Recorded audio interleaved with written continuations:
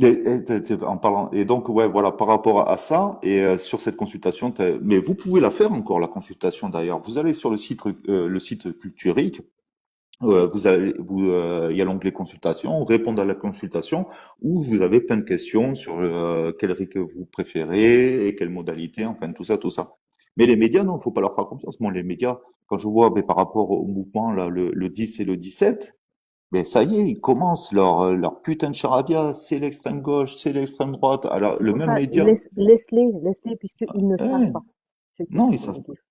ils savent pas. Mais là où il me tue, c'est que t'as le même média qui le matin dit, oui, c'est un discours de gens de gauche, et qui le soir dit, ouais, c'est relayé par l'extrême droite. Et puis, ouais, c'est pour la vie chère, machin, tout ça. Mais ils sont tous, moi je suis taquin, donc je vais les commenter un petit peu. Je leur dis même, vous avez oublié la revendication centrale, c'est qu'ils demandent la démocratie directe, quoi. Vous mettez encore des biais, enfin voilà. Moi, les médias, avant d'être activiste pour la souveraineté populaire, mon grand jeu, c'était ça, c'était d'aller faire chier les médias parce que c'est un organe qui est dangereux dans un système oligarchique. Donc là maintenant, on va faire monter les gens qui veulent te poser des questions directes. Benoît, Oui, savoir s'ils connaissaient les Espoiriques qui sont des camarades français établis à Hmm. Bruxelles. Est-ce que tu es en contact avec eux? Pour moi, ils tiennent la route et oui, il y a du réseau au niveau international. J'ai posé dans les commentaires la carte des ateliers constituants. Il y a même des ateliers constituants en Chine, des francophones qui font des ateliers constituants en Chine. Pendant un moment, on était en contact aussi avec Nouméa, la Nouvelle-Calédonie, mais je sais pas, ils ont lâché, je crois. Mais il y en a partout. Mais en fait, il faut pas hésiter à se lancer. dans le Même, chat de oui. Playmobil, c'est quoi le RIC constituant? Alors, le RIC constituant, c'est un processus constituant populaire permanent. C'est la possibilité pour chaque citoyen d'apporter des modifications à la Constitution ou d'abroger des articles existants sur la Constitution. Par exemple, t'aimes pas le 49.3, mais tu trouves que c'est pas bien, que c'est pas cool. Tu lances une pétition, tu dis bon ben voilà, je propose l'abrogation du 49.3. Cette pétition, si elle est suffisamment soutenue, que tout le monde trouve que c'est pertinent, que le 49.3 doit sauter, ben, tu as une campagne d'information et de débat avec les pour et les contre. Pourquoi il faut supprimer le 43, 49.3, les défenseurs qui vont dire pourquoi il ne faut pas le supprimer, tout ça, tout ça. Et après cette période d'information, en fait, c'est l'ensemble du peuple qui a appelé à référendum et qui va décider de oui ou non, il supprime le 49.3. Le RIC constituant, c'est ce qui permet de prendre en main, en fait, le haut du droit. Et Le droit. tu peux comprendre que les gens ont quelques a priori par rapport aux signatures, aux pétitions. Ah ben oui, mais parce que justement, c'est là où la procédure et pourquoi le RIC constituant est important. C'est que c'est vrai que il y en a qui se foutaient de la gueule de mes chevaux, mais elle a raison, c'est le bordel. C'est une anarchie capillaire. Et Bon, hein, bon. ouais, t'en veux? Non, merci. Et pourquoi le RIC constituant est important? Parce que c'est l'ensemble des RIC, en fait, ils descendent pas du ciel, ils sont écrits quelque part. Et l'ensemble des RIC, ils sont écrits dans la Constitution. Et comme c'est des procédures, en fait, qui permettent aux citoyens d'exercer leur pouvoir politique sans attendre des représentants, sans que les représentants interfèrent dans la procédure, et surtout sans que les représentants puissent changer le résultat de la décision prise par le peuple. Comme c'est écrit dans la Constitution, c'est important d'avoir la maîtrise du RIC constituant parce que si cette procédure, ben, par exemple les pétitions, imaginons que sur un RIC, on se rend compte que il y a un problème avec les pétitions, qu'on a soit trop de RIC ou soit que les RIC en fait sont influencés par les lobbyistes, par des partis politiques, des trucs comme ça. Tu vois, imaginons qu'il y a ce problème-là, mais là, tu peux lancer un réconstituant en disant, bon, ben, je souhaite modifier ben, soit le système de soutien, c'est-à-dire que on arrête ou non, on contrôle, on met du contrôle, par exemple. Non, c'est sur les pétitions. On était sur la N'importe proposition. Pardon, excusez-moi. Je vous fais pas des nœuds au cerveau? Non, non, Non, c'est enfin, moi, pour ma part, j'ai tout le temps. Donc, toi, prends tout ton temps. ouais. Ne te Il faut perds que pas. je prenne. Calme-toi. Donc, sur la pétition, le problème qu'il peut avoir sur la pétition, c'est le contrôle des signatures. Donc, imaginons que par rapport à ce souci-là, que il y ait des fausses signatures ou l'impossibilité de signer la pétition ou que les pétitions ne soient pas publicitées. Donc, si tu as un problème donc avec cette procédure par rapport à la pétition, là, tu peux modifier la procédure et dire bon ben voilà, à partir, je propose une modification sur la procédure où les pétitions ben, sont rendues publiques par un organe qui est créé spécifiquement pour que tout le monde soit au courant en fait de l'existence de cette pétition, pour pas qu'il y ait de pétitions qui soient plus connues que d'autres, pour pas qu'il y ait de lobbying. Donc tout le monde sera à la même échelle, on aura le même organe d'information qui va publiciter ces pétitions. Et puis derrière, si on a des doutes sur le contrôle de signature, et on tire au sort des chambres de contrôle citoyenne qui vont veiller au contrôle des signatures, qui vont prendre des signatures au hasard, aller vérifier si ce sont bien des vraies signatures, s'il n'y a pas eu de falsification, de choses comme ça. Donc, on peut mettre en place du contrôle. Donc, c'est pourquoi le reconstituant est important, parce que ça te permet aussi d'améliorer les procédures et de réparer des problèmes qu'il peut y avoir dans la procédure ou des failles volontaires ou involontaires. J'explique vite fait, hein, c'est pas de la mauvaise foi, hein, c'est simplement, voilà, mon point de vue, c'est que l'outil RIC sera formidable une fois qu'on aura réussi, finalement, un changement de système. Après, mon point de vue, c'est de dire, voilà, comment est-ce qu'on fait pour leur imposer, alors qu'on n'est pas foutu de leur imposer, par exemple, l'âge de départ à la retraite, ou d'arrêter de nous ponctionner, d'arrêter de nous supprimer des libertés, le pass sanitaire, tout ça. On s'est mobilisé à plusieurs reprises contre tout ça. Bon, on a rarement eu gain de cause. Donc ça a fait de nous un peu des parias régulièrement, mais bon, ça c'est pas grave, hein, on a l'habitude. Et du coup, c'est la question, c'est de savoir comment est-ce que on arrive en disant ben voilà, maintenant les décisions dans ce pays, c'est le peuple qui va les prendre par le biais du RIC, C'est ça. tu vois. Mais en fait, tu as donné la réponse dans cette question. Tu dis le RIC, on pourra l'avoir que quand on aura un changement de système. Mais le RIC, c'est le changement de système lorsqu'il est en toute matière et écrit par nous-mêmes. Donc, comment on peut le mettre en place? Ben déjà, ben, tu vois les événements qui arrivent là, le 10 et 17. Moi, ce que je vois, c'est qu'il y a marqué démocratie directe. Et comme outil de démocratie directe, il n'y a pas plus direct que le RIC. Parce que c'est chaque citoyen qui peut faire la proposition et c'est l'ensemble des citoyens qui décident par référendum et qui expriment leur souveraineté en votant.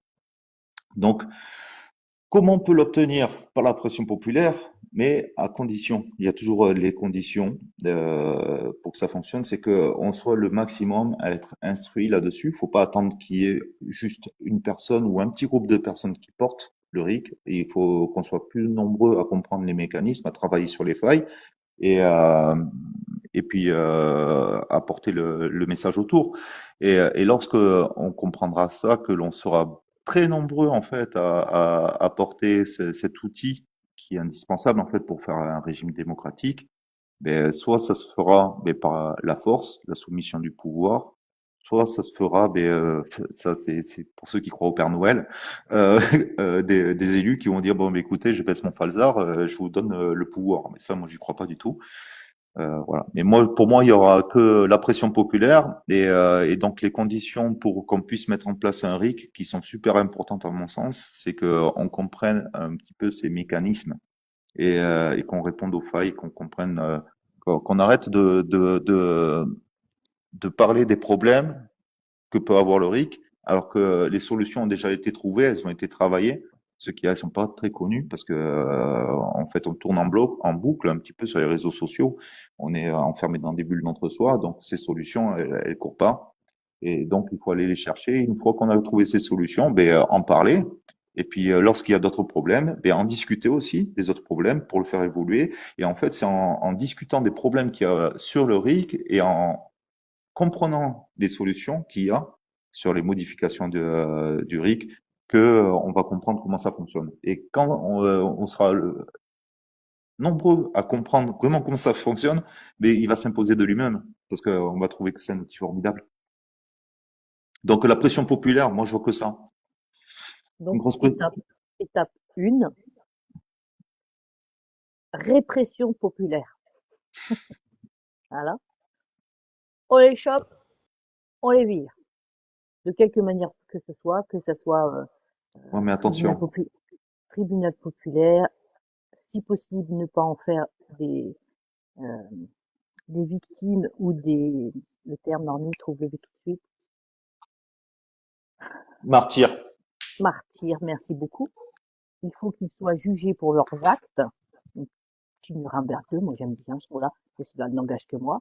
C'est le peuple qui décidera. Nous avons vécu plus de 60 jours sans un ministre. Nous pouvons vivre une année sans gouvernement. La Belgique aussi. Voilà. Donc, on aura le temps de mettre en place. On aura le temps. Et on a des têtes en France qui font partie du peuple. Et le peuple français, c'est grossir, c'est une fourmilière sans reine. Il y a les soldats, il y a ceux qui sont capables de faire ce que lui fait que moi je ne suis incapable. Moi je suis plutôt du côté soldat, en fait. Là, tu te trompes. Excuse-moi, Norny. Non, Mais mais c'est juste que je n'ai pas le temps. Je pourrais le faire, oui. mais je préfère déléguer. Voilà, hein, faut pas se leurrer non plus. Oh, la vie elle est courte. Mais d'ailleurs, en parlant de délégation, ça fait partie dans les stratégies de prise de pouvoir pour changer radicalement le système. Il faudra Ben, parler du monde impératif entre nous, entre révolutionnaires. oui, bien Hein sûr. Mais moi c'est mon choix de que déléguer. les personnes qui... Oui, oui, mais quand on délègue, que par exemple pour une fonction précise dans une stratégie révolutionnaire, il faut des mandats impératifs. Vraiment, il faut et surtout, ne vous dites pas le RIC ou les ateliers constituants, c'est trop compliqué, je suis pas capable, machin. J'en connais, mais ça fait plus de 10 ans que j'en C'est pas fais une et question de ça en fait. c'est toujours C'est qu'il non, faut faire. Oui, mais il faut faire étape c'est par toujours étape. les novices, pardon. En fait, c'est pour expliquer aux gens qui sont aussi dans le chat, c'est que c'est étape par étape. On peut pas tout faire d'un coup. On peut pas faire la révolution en même temps mettre le RIC et en même temps mettre... Non, c'est étape par étape. Donc, bien évidemment que d'abord, il faut les virer. Et ensuite, on met le RIC dans la Constitution. Trouver d'abord ceux qui mettront le RIC dans la Constitution. D'abord savoir si le peuple veut mettre le RIC dans la Constitution. Savoir quel RIC il veut mettre dans la Constitution. Tout ça, c'est étape important. par étape. Moi, personnellement, je me considère comme une fourmi soldat. Et dès que j'ai fait mon taf, bien évidemment que quand j'aurai fini, je viendrai du côté m'informer plus sur le RIC pour en faire partie. Et là, maintenant, c'est d'abord le côté révolution, putsch, qu'il faut faire. Et c'est Non. étape par étape. Oui, On t'entend mal. Je vais te dire, ton son, excusez-moi, depuis que t'es c'est pas revenu, grave. il est vachement moins bon. Voilà. Après, c'est pas trop grave, c'est des trucs que je dis tout le temps. On va laisser un petit peu constituant s'il a une question posée, sauf si tu as une question radio encore. De toute façon, on va tourner avec Tom aussi. Voilà, autant qu'on fasse tourner un peu la parole. J'ai effectivement une continuité de ma première question, parce que justement, la fin de ce qui a été dit, ben, ça revient un peu à ce que je disais tout à l'heure, c'est pour ça. Mais on va y revenir après, autant faire parler ceux qui n'ont pas encore parlé. Ok. GJ Consti? Ouais, bonsoir à tous. Oui, bon, c'est très intéressant cette discussion ce soir et c'est très bien. Une chose pour laquelle je m'interroge, parce qu'on a tous fait, enfin, on a fait des ateliers constituants. À partir des ateliers constituants, il sort des choses très intéressantes. Par contre, à un moment donné, il faut faire une synthèse de tout ce qui est sorti. Il faudra faire des choix par rapport à ça. Et il faut trouver un mécanisme pour être dans la synthèse, en sortir le meilleur, tout en n'étant pas dans la frustration. Et il y aura forcément des gens qui seront déçus parce qu'il y aura des idées qui seront pas retenues et d'autres qui seront retenues, etc., etc. Donc ça c'est une première question. Je peux y répondre et ensuite tu m'envoies la deuxième parce que j'ai un tout petit cerveau. Mais tu es là. Vas-y. Merci. Norny a donné un petit peu la réponse en fait. C'est que dans une stratégie révolutionnaire, bon déjà, non, d'abord je vais poser une observation. Depuis le temps que je fais des ateliers constituants et que je lis des articles écrits par les citoyens, ce que je me rends compte, et ça, beaucoup s'en rendent compte, Étienne aussi l'a vu, d'autres constituants l'ont vu, et toi, tu as dû aussi le voir, JG constituant, c'est que on écrit à peu près la même chose en réalité. Lorsqu'on pose un problème, lorsqu'il y a un problème qui est détecté, c'est que la solution est souvent la même dans le fond, c'est juste la formule qui change. Et sinon, dans le fond, on a à peu près tous les mêmes solutions. Et donc, ça, forcément, ça va contenter tout le monde, à mon sens, parce que ça il y aura des solutions aux problèmes qui seront évolutives. Mais par contre, comment ça va être le choix? C'est que, bien sûr, quand on va mettre en place ces choses-là, mais comme ça va être fait par référendum, et que avant, il faut bien organiser en fait les étapes, ce que on a discuté juste avant, en fait, les modalités, pour que chacun défende en fait ses propositions de révision constitutionnelle. Et surtout, ce qui est super important, c'est que quand on va voter sur ces changements constitutionnels, il faut pas voter sur des ensembles comme l'a fait le Chili, parce que c'est comme ça que tu te fais baiser. Tu sais, si tu as Mm. tout un programme complet, tu vas être obligé, toi, de voter à contre-cœur parce que tu vas avoir un article qui va te plaire, mais tu vas avoir 4 articles qui vont être pourris. Il faut voter vraiment article par article et même voir les alinéas par alinéa. Et là, ça va permettre d'extraire vraiment le meilleur au niveau de la population. Est-ce que ça a répondu? Oui, oui, ça a répondu. Après, une deuxième chose, mais c'est par mon expérience et mon évolution, parce qu'en fait, on évolue depuis toutes ces années qu'on a travaillé. C'est que il y a eu des cas où on a travaillé atelier constituant à partir de la constitution existante. Hmm. Euh, il y a aussi le fait de se dire on part d'une feuille blanche, parce qu'en fait, il n'y a pas de raison de partir sur un existant. Et puis, moi, j'en suis arrivé aussi à un point de se dire, en fait, au final, il faut que s'il y a une constitution, elle soit vraiment très minimaliste Ouais, et en fait que ça doit se faire justement par le fait que l'on vote et qu'on n'élit plus. Et aussi, moi, ce qui me tient à cœur, c'est que ça doit s'articuler à partir des assemblées primaires locales et que doit y avoir une respiration entre les assemblées primaires locales et des délégations qui vont aller sur une assemblée constituante, qu'elle doit se faire que sur certaines thématiques et qu'au final, c'est les assemblées primaires locales qui ont le dernier mot. Chose qui était prévue d'ailleurs dans la Constitution de 1793, qui n'a jamais ouais, eu le jour. Et donc, moi, je verrais plus ça. ouais. Et puis avec aussi des mandats impératifs et révocatoires quand on ne peut pas faire autrement que d'avoir des gens qui sont représentants. Carrément. Donc voilà ce que je voulais dire, c'est-à-dire vraiment redonner le cœur du système aux assemblées primaires locales Ouais. et au lieu d'envoyer des gens au lieu de d'élire des gens qui vont aller dans l'assemblée constituante ou de tirer au sort, c'est qu'en fonction des thématiques, l'assemblée primaire locale délègue une personne. Par exemple, Mhm. si on parle d'environnement, ça sera une personne, et puis elle travaillera sur ce sujet-là. Si on parle d'économie, ça sera une autre personne, etc., etc. Mais c'est l'assemblée primaire locale qui reste le centre le centre du jeu. Donc, je sais pas toi ce que tu penses de ce modèle ou de cette discussion-là. Ben, ben écoute, je suis 100% d'accord Je avec vais toi. juste faire un petit truc. Gégé, je crois que tu as la télé allumée derrière toi ou... Oui, il y a un petit peu de monde autour. Attendez, excusez-moi. Ah d'accord. Non mais, te fais pas chier. Voilà. Tu fermes juste ton micro le temps d'entendre sa réponse. Ouais, je suis d'accord avec toi. Ça, c'est le grand rêve des démocrates radicaux. C'est d'avoir en fait une structure de gouvernance qui est totalement décentralisée.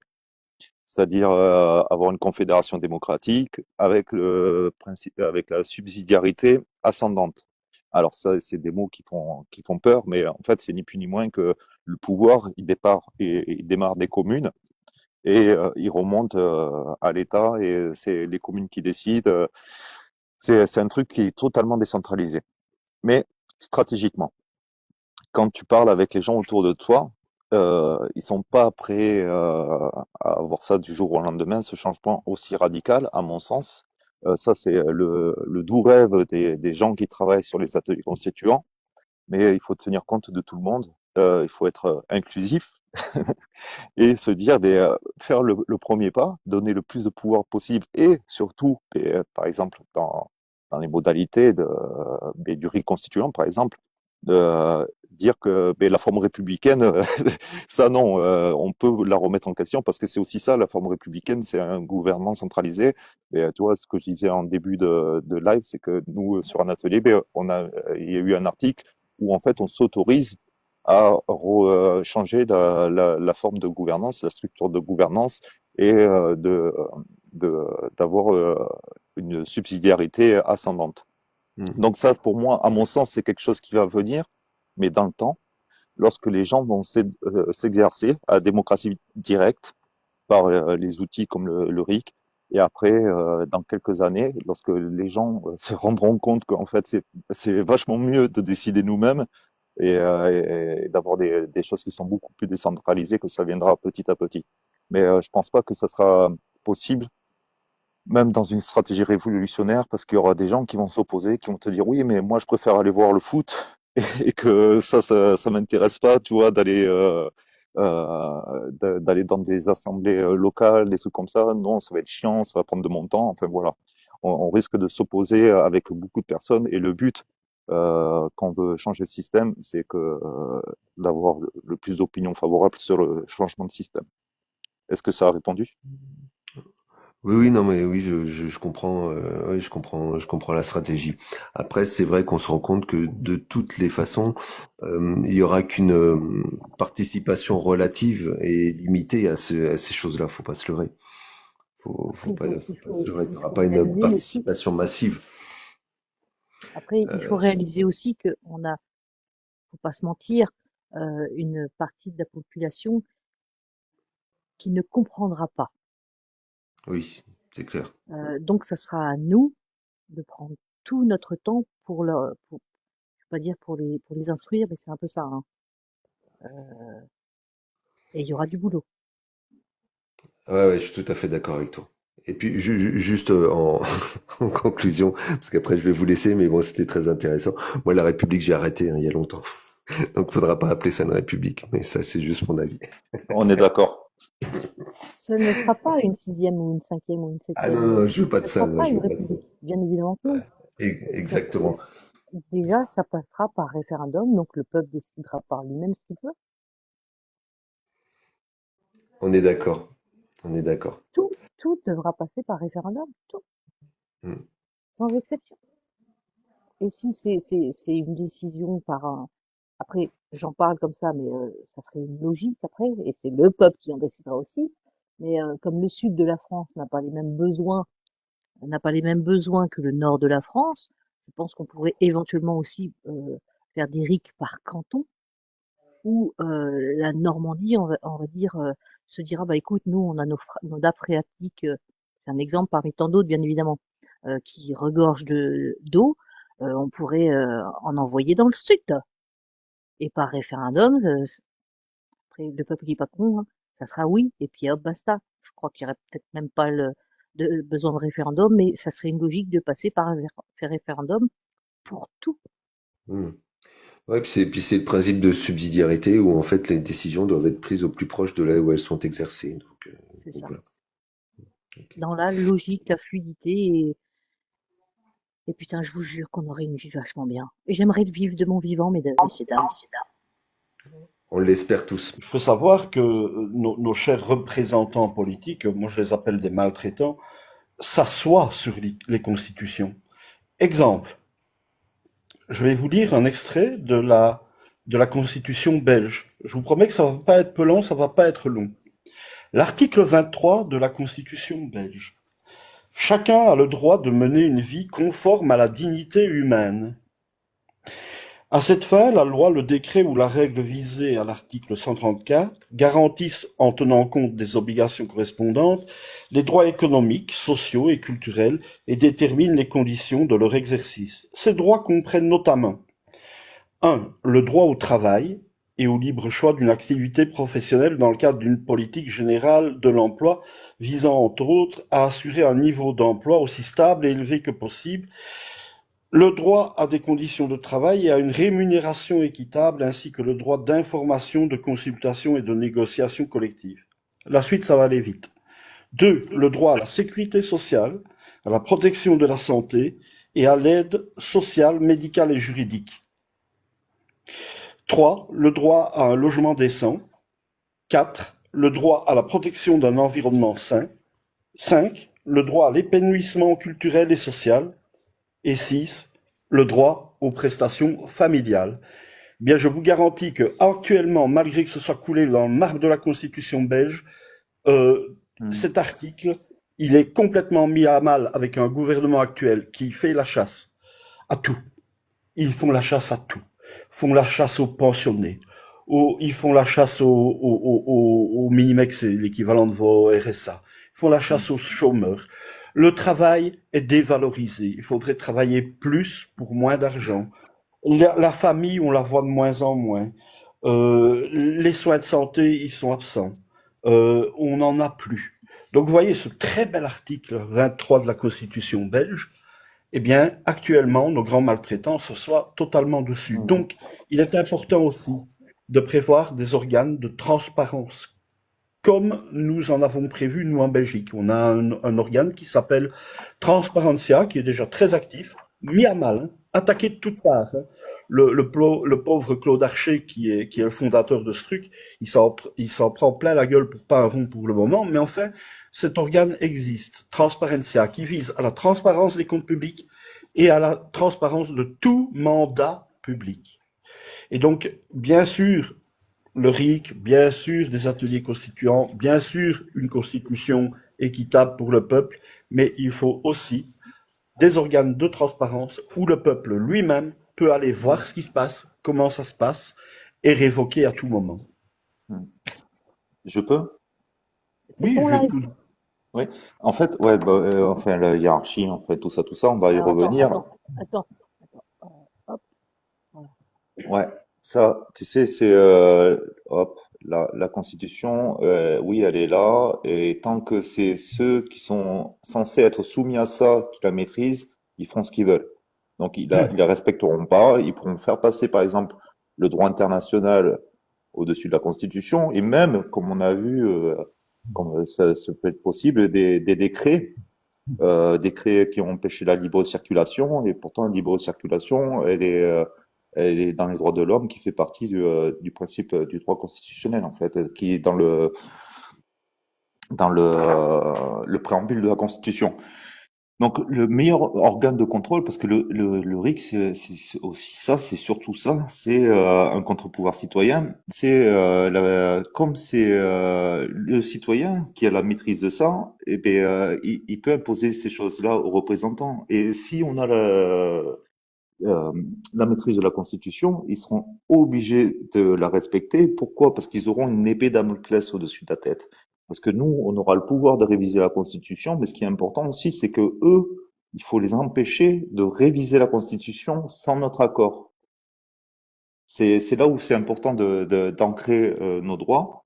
Et oui, sur les organes de contrôle, c'est super. Mais les représentants, enfin les mandatés, ceux qui sont ceux qui vont avoir un contrat, tu vois. Nous, on aura la maîtrise du contrat par le biais du réconstituant. Et comme on a la maîtrise du contrat, est-ce que la question qu'il faut se poser aussi, c'est que est-ce que eux, ils pourront la modifier, la Constitution? Et ça, mais soit il y a plusieurs options, soit on les interdit en fait de modifier la Constitution, ou ils peuvent faire des propositions en tant que citoyens, mais sans profiter du lobbying de leur parti politique, ou soit on met du référendum obligatoire sur la révision constitutionnelle pour les obliger à respecter la Constitution. Et dans les organes de contrôle, moi je suis entièrement d'accord avec toi là-dessus, il faut revoir le Conseil constitutionnel. Il faut la remplacer, le Conseil constitutionnel, par une chambre citoyenne du pouvoir constitutionnel, où ce seront des citoyens tirés au sort qui prendront le poste et qui veilleront que, en fait, la Constitution soit respectée par nos représentants, mais pas que les représentants, par les attaques du droit international et tout ce qui s'ensuit. Pourquoi? Parce que ça sera le texte fondateur, le texte qui sera au-dessus de tout et qui va nous protéger en fait des abus de pouvoir. Donc oui, les chambres de contrôle sont importantes et elles peuvent être mises en place lorsque tu as le pouvoir de réviser la Constitution de manière autonome, quoi, sans attendre des représentants. Maintenant, il y a la question de l'Europe dont on a effleuré un peu le sujet, mais il est vrai que toutes les politiques qui se mènent actuellement sont des feuilles de route de l'Europe. Et ces feuilles de route de l'Europe ne sont que des feuilles de route des lobbies. Comment ça se passe à Bruxelles? Il y a des cônes de lobby. Je crois à Strasbourg aussi, me semble-t-il, je n'en suis pas certain, où les lobbyistes, pour plus de transparence, peuvent venir exposer leurs transactions de lobbyistes.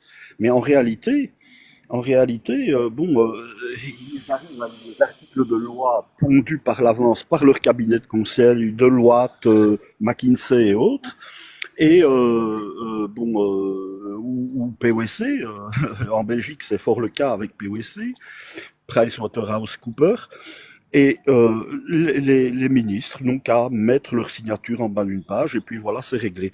Donc tout ça nous vient de l'Europe, c'est répercuté sur le fédéral, quel que soit le pays, que ce soit la France ou la Belgique ou autre, et puis c'est entériné. Et donc c'est fait d'une manière tout à fait obscure, pyramidale, où le peuple n'a pas accès. Donc on va devoir absolument s'attaquer à la question de l'Europe. L'Europe n'est pas démocratique. Mm. D'ailleurs, Ursula von der Leyen n'est pas élue. Ouais. Elle est cooptée Si, et elle est élue par cooptation. en fait, Euh, tu vois, ce qui se passe, c'est ce qu'on avait prévu en début de live, c'est que c'est des choses auxquelles on a déjà répondu, qui reviennent, et c'est tout à fait normal. Et le schéma que j'ai montré, en fait, ça vient des institutions françaises. C'est la hiérarchie des normes juridiques, et donc c'est l'ensemble des lois avec leur classification par importance et les lois qui doivent obéir aux autres. Donc en France, pour l'instant, et je dis pour l'instant parce que ça peut changer, la Constitution prime sur tout le reste des lois. Donc tout en haut, elle va me remettre en grand écran, forcément. Obligé, obligé, j'y Donc arrive encore. tac, tac, tac. Donc voilà, en haut, tu vas marquer c'est institutions françaises, hiérarchie des normes. Donc le plus haut de la loi, c'est le bloc constitutionnel. Hop, attends, j'essaie de viser. Ensuite, c'est le bloc conventionnel, tac, où tu as les traités, les conventions internationales, le droit européen. Ensuite, tu as le bloc législatif. Ça, ce sont les lois faites par le Parlement. Et ensuite, tu as les principes généraux en droit. C'est ce qu'on appelle la coutume. Et ensuite, tu as le bloc réglementaire, les décrets, les arrêtés, voilà, les petits règlements faits souvent par les préfectures. Donc ça, c'est pas un schéma que j'ai inventé, c'est comme ça dans nos institutions. Et la primauté en fait de la Constitution en France, elle a été certifiée par la Cour de cassation qui s'est exprimée dessus, qui a bien dit que oui, la Constitution est au-dessus des traités européens, du droit européen, mais par contre, les lois faites par les lois organiques, ordinaires, enfin les ordonnances, tout ça, faites par le Parlement, sont en dessous des traités. Ça a été fait, c'est l'arrêt Fraisse, F-R-A-I-2-S-E, qui a été confirmé l'année dernière par le Conseil constitutionnel. Donc, c'est bien le cas. Ça, c'est l'avis du droit français. Par contre, si tu vas écouter l'avis du droit européen, ces enfoirés de, qui veulent la souveraineté des États, tu vas écouter la CJUE, la Cour de justice de l'Union européenne, eux, ils vont te dire non, nos traités sont au-dessus des constitutions françaises. Et après, c'est à toi de savoir quel choix tu vas faire. Moi, je préfère, tu vois, dans l'état actuel, écouter le droit intérieur, c'est-à-dire le droit français, qui pour l'instant dit ça. Et le jour où on va prendre le pouvoir, parce que là, c'est clair que pour l'instant, on est totalement impuissants. Hein. Nous, on n'est pas des citoyens, on est des électeurs. Donc, on subit. Mais le jour où on va être réellement des citoyens, où on va avoir la maîtrise de tout ça, moi, je sais que le premier référendum que je vais lancer, non, le premier référendum, ce sera sur les médias. Ce sera sur un cadre sur le pouvoir médiatique. Ce sera ça. Disons le deuxième.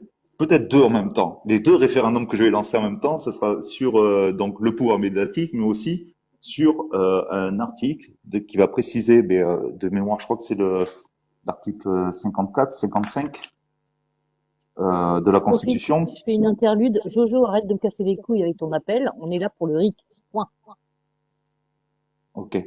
Euh, donc, j'ai précisé que la Constitution, tu vois, je ferai une proposition qui sera soumise à l'ensemble des citoyens et il y aura un débat, une période d'information et je dirai pourquoi c'est important que de bien marquer dans la Constitution que aucune loi internationale, mais attention, il n'y a pas que les lois, il n'y a pas que les traités, tu as aussi les directives internationales, tu as aussi les règlements internationaux, tu as aussi les accords internationaux, que tout ça est en dessous de la Constitution. Ça, il va falloir le préciser dans le temps parce que on aura une attaque du droit international Et dans le pire des scénarios des complotistes, disons que qu'est-ce qui serait le mieux pour que les constitutions passent en dessous du droit international? Une troisième guerre mondiale. On pourrait très bien imaginer, dans un monde de complotistes, où t'as une troisième guerre mondiale qui va permettre en fait à des pouvoirs extraterritoriaux de prendre la dominance des États. Et ça, c'est pas bon. Donc, ça fera partie des mesures à prendre ensemble. Voilà. Ce qui est en train de se passer à l'heure actuelle. Je voulais revenir sur la question, mais comme tu viens de parler des médias, justement, Benoît, tu me tends un peu la perche. Donc les médias, c'est eux qui font un peu la vérité dans ce pays, c'est-à-dire que bon, si ça passe pas à la télé, les gens ils y croient pas, voilà, bon. Et justement, c'était pas pour parler de ce fameux appel, c'est juste pour dire que là, bizarrement, dans les médias, ils en parlent beaucoup. Et en fait, ils disent ce qu'ils veulent. Et pareil, pour un référendum, ou pareil, tu vois, pour à peu près tous les sujets, il y a quelqu'un qui ronfle là ou j'entends ronfler là derrière. Je Non, crois que c'est c'est le moi qui retour fume de ma ton micro. cigarette électronique. Ah, Je suis en pardon. train d'essayer d'arrêter de fumer. Je suis désolé. Ouais. Non, mais Alors, n'hésite ce pas que à tu couper fais, le coupe micro. ton Alors. micro. Ouais. Ok, ça marche. Ouais, les 56 personnes qui sont là n'ont pas besoin de t'entendre fumer. Ce que je veux dire, c'est qu'en fait, Attends, excuse-moi. Ken, si tu coupes pas ton micro, je te vire. Ok. donc, tout ça pour dire que donc c'est les médias qui font la loi, c'est les médias qui disent la sainte vérité dans ce pays, et donc à partir de là, le problème c'est que si on les a pas avec nous, donc si on n'a pas repris un peu ce contrôle-là, on les aura contre nous. C'est là où je voulais en venir tout à l'heure, et c'est-à-dire qu'ils vont expliquer à tout le monde, et on l'a vu, moi je l'ai vu à l'époque où justement je parlais énormément du RIC qui avait eu lieu. C'était pas un RIP pour le coup, c'était un RIP, référendum d'initiative populaire qui avait eu lieu par rapport aux aéroports de Paris. Non, Et non, c'est pas un RIP. Mais d'ailleurs, le RIP que tu c'était appelles le quoi? RIP, c'est un référendum d'initiative partagée, mais en Voilà. réalité, c'est même pas un référendum d'initiative partagée, c'est un Ouais. référendum d'initiative parlementaire. Ah, Et ça, sur l'histoire, en fait, de ça, pourquoi le RIC? Parce que le RIC, à l'étranger, il s'appelle le RIP, le référendum d'initiative populaire. ah ouais, d'accord. J'ai fait un Et en, amalgame. ouais, il y a un amalgame, mais ça a été volontaire, tu sais, c'est comme quand l'État Oui, parle du CNR, tout ça. Et ça, c'est une fils de bien puterie sûr. et, qui a été mise en place il y a quelques années où ils ont mis une modification, enfin, cet article 11, où ils ont parlé de RIP, référendum d'initiative partagée, qui n'est pas du tout partagé. Il est parlementaire, il est à l'initiative des parlementaires. Et en plus de ça, derrière, il est pas contraignant et il y a très peu de chances que les initiatives arrivent au bout.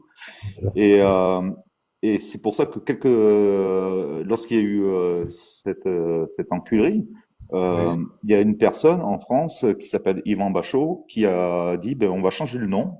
On va appeler ce référendum le RIC, le référendum d'initiative citoyenne, et il a protégé à l'INPI pour éviter justement que ça se reproduise, quoi, ce genre de choses. Mais sinon, pour les médias, donc pour te répondre, Oui, mais encore une c'était fois, juste pour finir la question d'abord, si tu veux bien. C'est juste vite vas-y. fait, c'est juste pour dire donc, parce que je prenais cet exemple-là, parce que bon, c'est le dernier exemple qui en Après, montre que j'ai. Ouais. le truc, c'est que faut faire question par question parce qu'il peut pas se rappeler des questions posées, en fait. Ouais, c'est une synthèse de questions qui est complète et la question se perd Regarde, dans la question de la question de... voilà. En Parce gros, que tu... comment tu fais? Bon, alors, je vais faire très court et direct. Alors, comment tu fais quand tu as les médias contre toi qui ont à peu près, je sais pas, 30 ou 40 millions de spectateurs, pendant que nous, on en a 60, quoi. Clairement, hein, pour mettre les pierres dans le plat, mais en gros, c'est ça, quoi, la question. Mais clairement, on a un exemple en France. Tu as le référendum de 2005. Référendum de 2005 sur la Constitution européenne. Tu avais un consensus médiatique, d'accord? Sur le oui, il faut dire oui. Tu avais tous les partis politiques qui ont dit aux gens, il faut dire oui. Le peuple, il s'est renseigné, il a dit non. Moi, je dis non. Le peuple, il a dit non. Donc, est-ce que les gens sont si influençables? Je ne crois pas. Je suis pas aussi sûr que toi. D'ailleurs, par rapport au Covid, au pass sanitaire, si vraiment ils étaient sûrs que les gens auraient accepté la vaccination obligatoire ou le pass sanitaire, ils auraient mis un référendum. Mais comme ils n'étaient pas sûrs, ils n'ont pas fait de référendum et ils n'ont pas légitimé cette décision. Donc, je pense pas que les gens soient aussi manipulables que tu le penses. Ça, c'est juste une observation par rapport aux faits. Ensuite, dans un idéal démocratique, dans une stratégie révolutionnaire pour prendre le pouvoir, on a instauré le RIC. J'ai parlé tout à l'heure des étapes, des modalités. Et donc, avec l'importance du reconstituant. Reconstituant, donc tu fais la proposition, je reparle, tu as quatre grandes étapes en fait, avec des sous-étapes. La première étape, la proposition. Deuxième étape, le soutien, qui est le filtre. Troisième étape, étape d'information impartiale et de débat contradictoire obligatoire. Quatrième étape, la votation. Donc, quand c'est en matière constitutionnelle, que tu déclenches un RIC et que il y a une partialité au niveau des médias et que c'est écrit dans le texte fondamental, dans la Constitution, que les médias doivent absolument donner les pour et les contre, des informations impartiales et débats contradictoires obligatoires et qui ne remplissent pas ça, mais ce qui se passe par la suite, c'est que tu as une modification constitutionnelle, et ça c'est ce que je disais tout à l'heure, où tu vas mettre du contrôle médiatique, où tu vas nationaliser les médias, ou sinon faire des coopératives de médias où les médias vont appartenir aux journalistes. Tu vas modifier en fait les médias, tu vas le considérer comme un pouvoir, le pouvoir médiatique, au même titre que le pouvoir exécutif, législatif ou judiciaire, et en fait faire en sorte que ça fonctionne bien. En fait, là où il y a un intérêt avec ces procédures-là, c'est que quand c'est écrit dans la procédure et que c'est calé au niveau constitutionnel, si les médias font pas le job, et ben ils vont prendre un coup de massue derrière les oreilles, ils vont être cadrés, il va avoir du contrôle citoyen dessus, et il va avoir tout ce qu'il faut en fait pour que les coups d'après, on puisse décider en étant instruit sur les questions sur lesquelles on va décider. Et ça, c'est une des solutions. Et l'autre solution, j'en ai parlé aussi tout à l'heure, c'est que quand tu vas voter, et donc répondre à une question, on n'est pas obligé de que ce soit binaire, tu vois, de voter pour ou contre. On peut mettre une votation qui dit je suis pour cette proposition ou je suis contre cette proposition et cette proposition est floue. Tu réponds flou. Et le flou, ça veut dire quoi? C'est qu'on a été mal informé ou pas suffisamment informé sur la question pour pouvoir y répondre. Donc ça, c'est une deuxième façon de se protéger. C'est au moment de la votation, la possibilité de dire on a été mal informé ou pas suffisamment informé. Et donc, tu relances une campagne d'information, tu convoques d'autres experts, des choses comme ça. Est-ce que ça répond? Ça fait 2 fois ou 3 fois que je dis ça dans la soirée. Non, mais ça, je l'ai entendu les 3 fois où tu l'as dit, hein, mais c'est justement. Mais tu les entends pas. Ben c'est pas je les entends pas, je suis juste pas d'accord en fait. Tu vois, c'est-à-dire je comprends bien ce que tu dis. Pourquoi tu n'es pas d'accord? Eh ben voilà, c'est après je veux pas prendre trop de place, voilà, j'ai compris là, c'est juste les questions. Je pose ma question. Mais si, moi je voudrais les contre-arguments à ça. C'est que là, tu me poses un problème. Je vais commencer. Je te pose une solution. Et sur cette solution là que je t'ai proposée, lorsqu'elle sera mise en place, et donc sur les modalités, tu vois, sur la procédure et les scénarios qui vont se passer par la suite, et le constat que j'ai parlé juste avant, pourquoi t'es pas d'accord? Moi j'ai besoin en fait d'objections qui soient argumentées pour comprendre tes désaccords et derrière soit te proposer autre chose ou soit faire évoluer ce que je t'ai dit, tu vois. Bien sûr, c'est exactement ce que je voulais faire juste avant, mais tu m'as dit de pas être trop long pour la question pour pas que tu oublies. C'est pour ça je veux pas arriver comme un cheveu sur la soupe. Maintenant, oui, j'ai de la contradiction, oui, j'ai des arguments, mais encore une fois, c'est pas mon live, je veux pas prendre toute la place. Hein. Simplement, je te dis, je vais commencer à parler de ADP. Bon, on s'en fout, à la limite, on s'en fout de savoir si c'est un RIP ou un RIC. Moi, c'était pas le fond du problème. Je voulais justement développer les arguments en disant que finalement, comment on a convaincu les gens de ne pas s'exprimer sur le référendum qui a eu lieu par rapport aux aéroports de Paris?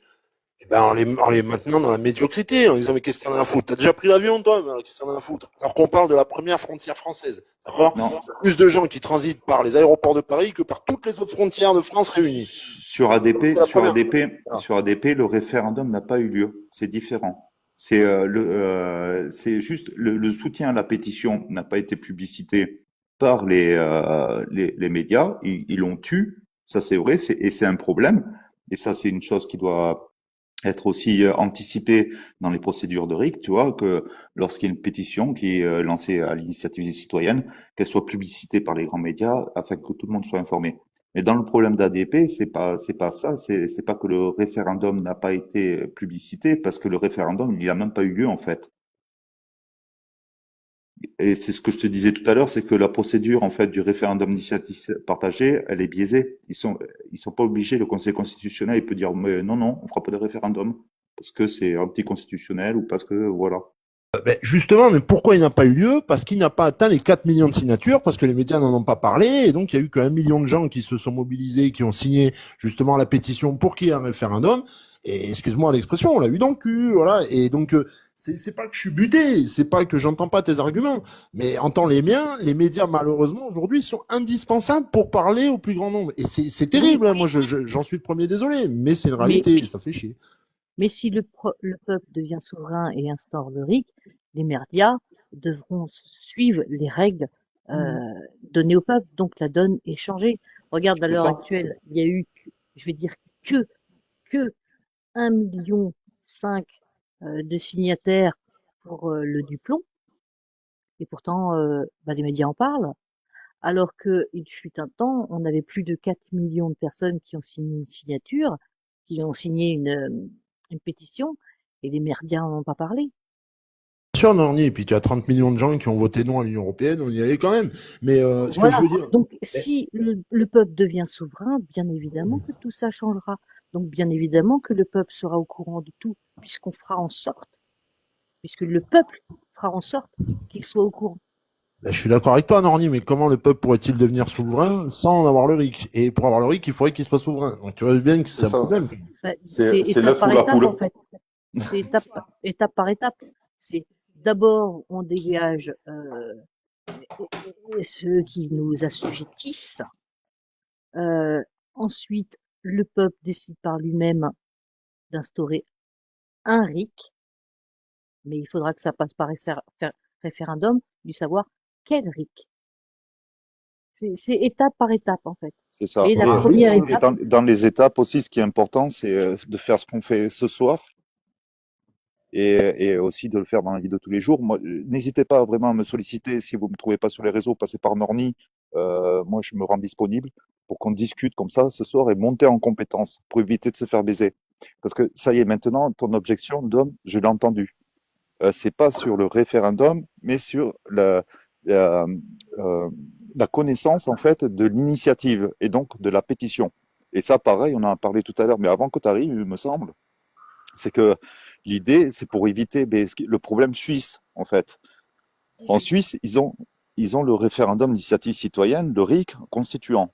Mais le souci, c'est que le seuil de signature est élevé et qu'il n'y a pas d'organe qui publicite en fait les initiatives. Et donc, ce qui se passe, c'est qu'il y a seulement les initiatives qui sont à l'origine de grosses associations de partis politiques qui ont suffisamment de lobbying derrière pour faire connaître leurs initiatives et qui arrivent à passer. Et ça, c'est un problème. Mais ça, on a réfléchi aussi dessus. Enfin, les gens et même les gilets jaunes qui ont travaillé sur le RIC, ils ont réfléchi dessus. Mais soit on met un organe d'information qui est le même pour tout le monde. On t'entend plus. Isabelle, peux-tu fermer ton micro, s'il te plaît? Ah, pardon. On a la télé et tout. Je savais pas que j'étais en live, pardon. Vous m'entendez? Oui, Oui, Oui. Je débute. je vais t'aider pour le micro. Allô? Voilà. Benoît, désolé, mais j'ai pas tout entendu. Si tu peux répéter. oui. Donc, l'idée, c'est que dans la procédure, parce qu'il faut pas oublier ce mot, il est gavé important. C'est que le RIC, c'est une procédure. Et dans la procédure, tu as tout le temps, tu as toutes les étapes. Et tous les problèmes, en fait, sont résolus par une étape. Une étape qui est mise en place, qui doit être cadrée par des modalités qui sont précises. Et donc, dans la pétition, dans la première étape, le dépôt, on doit imposer et on va avoir un organe qui va publiciter les initiatives citoyennes, qui va en rendre disponible à l'ensemble des personnes qui ont leur carte électorale, qui sont en mesure de voter, tout ça, qui ont leurs droits civiques, qui vont informer les gens, en fait, qu'il y a une initiative qui concerne ça, machin, pour que ce soit égal, en fait, pour éviter justement que les lobbyistes ou que certains groupes d'influence prennent le dessus et étouffent les autres initiatives. Eh ben oui, oui, c'est bien tout le problème, Benoît. Et c'est pour ça qu'aujourd'hui, il y a que des initiatives qui viennent des partis politiques, comme tu l'as très bien dit, qui voient le jour plus ou moins, ou en tout cas qui sont exposés dans les médias. Et tout ce qui vient du peuple, comme toujours, ils en ont rien à foutre. Le peuple regarde la télé, mais la télé ne regarde pas le C'est peuple. ça. C'est ça, et c'est pour ça qu'il n'y a jamais de problème. En fait, il y a juste des possibilités d'amélioration. Et c'est important que ces problèmes soient mis sur la table pour qu'on en discute ensemble et que de connaître les scénarios, les solutions envisageables et qu'on y travaille dessus ensemble, quoi, qu'on en réfléchisse ensemble. Et c'est ce qu'on fait un petit peu ce soir.